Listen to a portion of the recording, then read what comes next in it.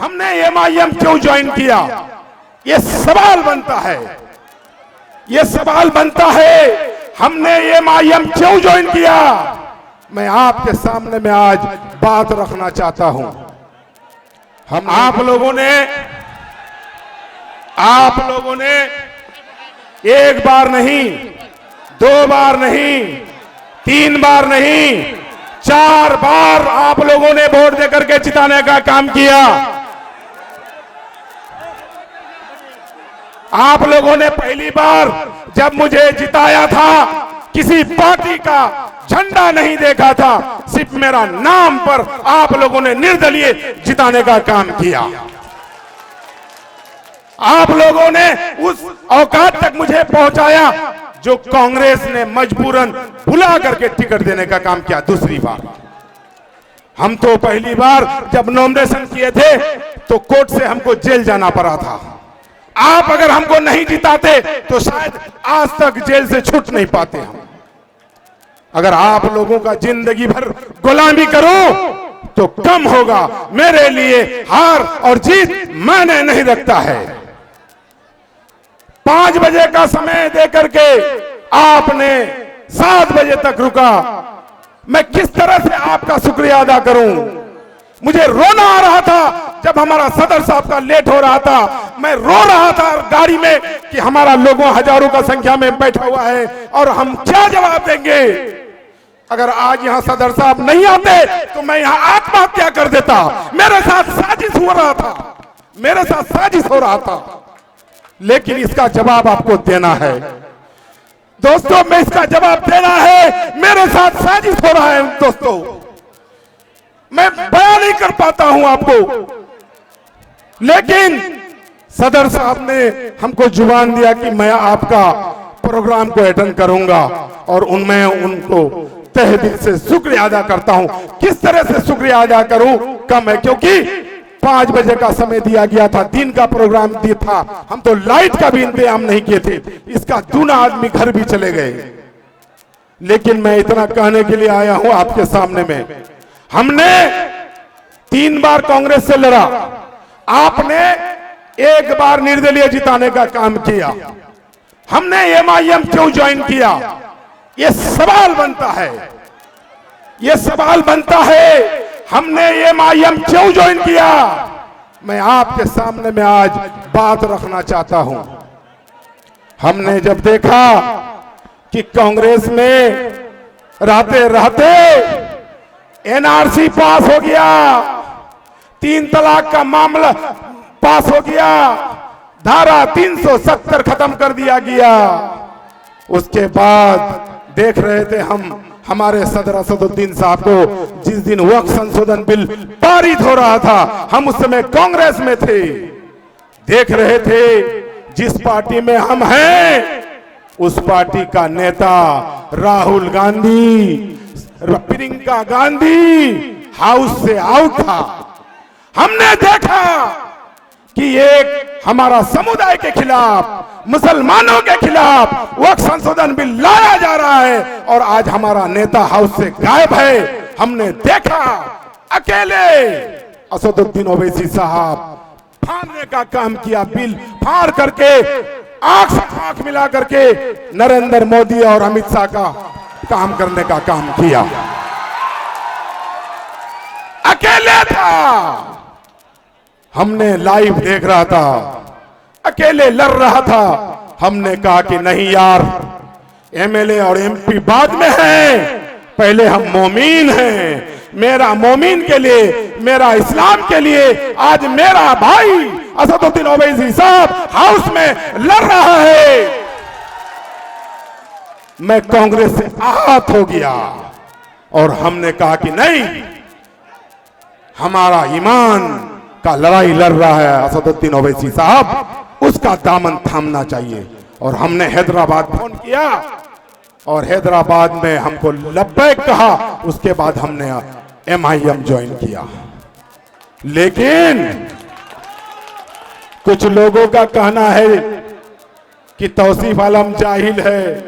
मैं उसको जवाब देना चाहता हूं, अरे मैं तो मैट्रिक पास हूं, इस देश का जो प्रधानमंत्री है वो तो जाहिल है, और जो लालू जी का बेटा तेजस्वी 9th फेल है।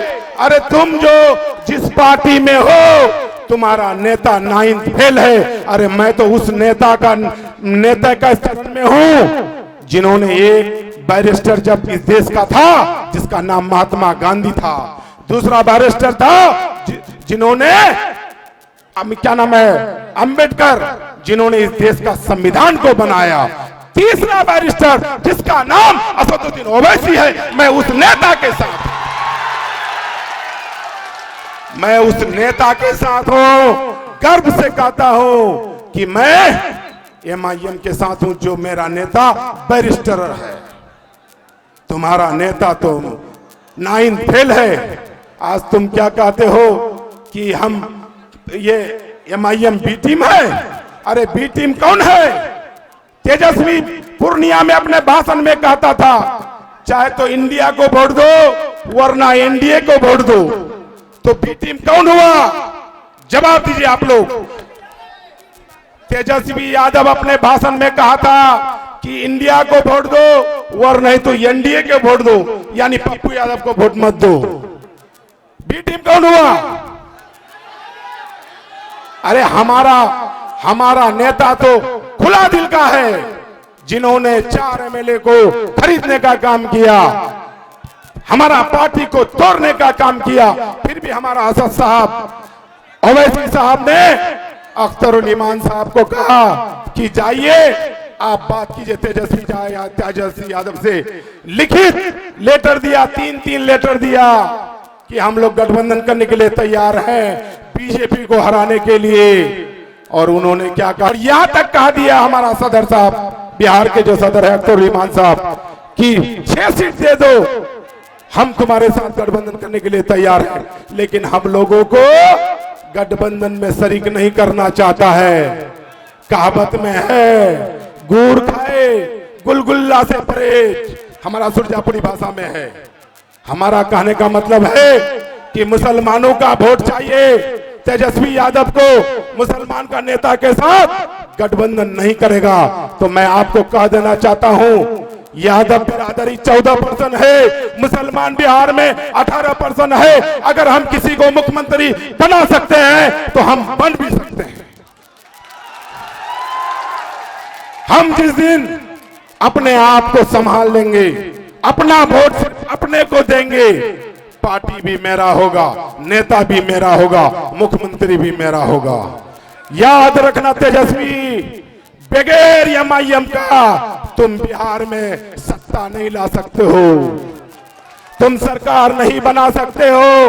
तेजस्वी कान खोल करके सुन लो, जब तक MIM का साथ नहीं लोगे तब तक सरकार तुम्हारा नहीं बनेगा। लेकिन एक बात मैं कह देना चाहता हूं, और भी बीजेपी का सरकार तो बनने नहीं दूंगा। इसके लिए जो करना हो करेंगे हम लोग, लेकिन तेजस्वी यादव को जरूर अपने चौखट में नाक रखवाएंगे। अगर गठबंधन नहीं किया तो हम लोग चाहे 10 सीट जीते चाहे 20 सीट जीते, हम लोग अपने चौखट में नाक रगड़वाएंगे, उसके बाद उसको समर्थन देंगे।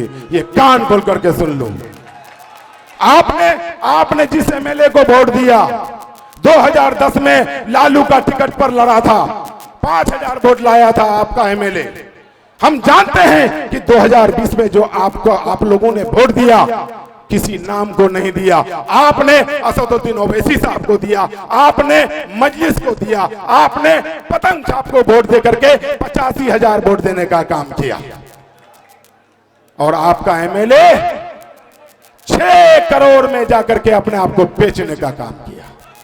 6 करोड़ में आपका MLA बिका, 6 करोड़ में रेट लगाया।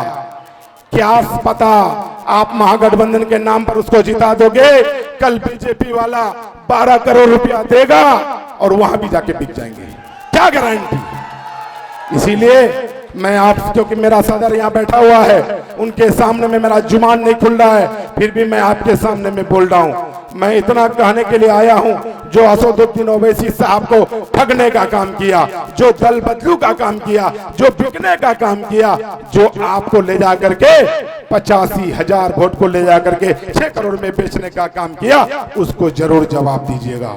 नहीं तो आने वाला समय जरूर जवाब दीजिएगा। वो कहता है कि हम पार्टी बदली इसलिए किए हैं कि मेरा काम नहीं होता है था, इसलिए हम पार्टी बदली किए हैं। अरे भाई, आपके सामने में अख्तर उल ईमान साहब है, 700 करोड़ 800 करोड़ का अपने विधानसभा में काम कर रहा है। इसलिए कर रहा है कि सिर्फ असदुद्दीन ओवैसी साहब का डर से, नीतीश कुमार असदुद्दीन ओवैसी साहब के डर से हमारा अख्तर साहब को 800 करोड़ का काम दिया है। जिसको लूर नहीं है काम करने का, उसको एमएलए का एमपी बना दीजिए, उसको दाल गलने वाला नहीं है। तौसीफ आलम था, 15 साल में कोई भी घटना होता था, चाहे वो सांप काट के हो, चाहे वो पानी में डूब के हो, चाहे वो एक्सीडेंट करके मर जाता था, हड्डियों को सर बोलता है। इसीलिए जो चमचागिरी अफसर का करेगा, वो एमएलए कभी भी जनता का भला नहीं कर सकता है। मेरे वक्त में जनता मालिक था और पदाधिकारी नौकर था, लेकिन आज का डेट में पदाधिकारी मालिक बन गया है और पब्लिक को नौकर बना दिया है। जबकि लोकतंत्र में जनता मालिक होता है, पदाधिकारी नौकर होता है। मैं आपके माध्यम से कहना चाहता हूं, अगर 5वीं बार दोबारा आपने मौका दिया तो इंशाअल्लाह फिर आपको मालिक बनाऊंगा और भ्रष्ट पदाधिकारी को नौकर बनाऊंगा। यही कहा करके मैं रुखसत होता हूं। अस्सलाम वालेकुम व रहमतुल्लाहि व बरकातहू।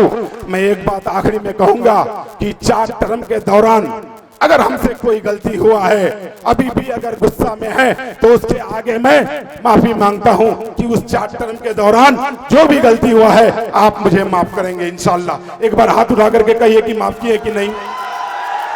इंशाअल्लाह उम्मीद है आप माफ किए। यही कहा करके मैं रुखसत होता हूं। अस्सलाम वालेकुम व रहमतुल्लाहि व बरकातहू। हिंदू भाई को नमस्कार।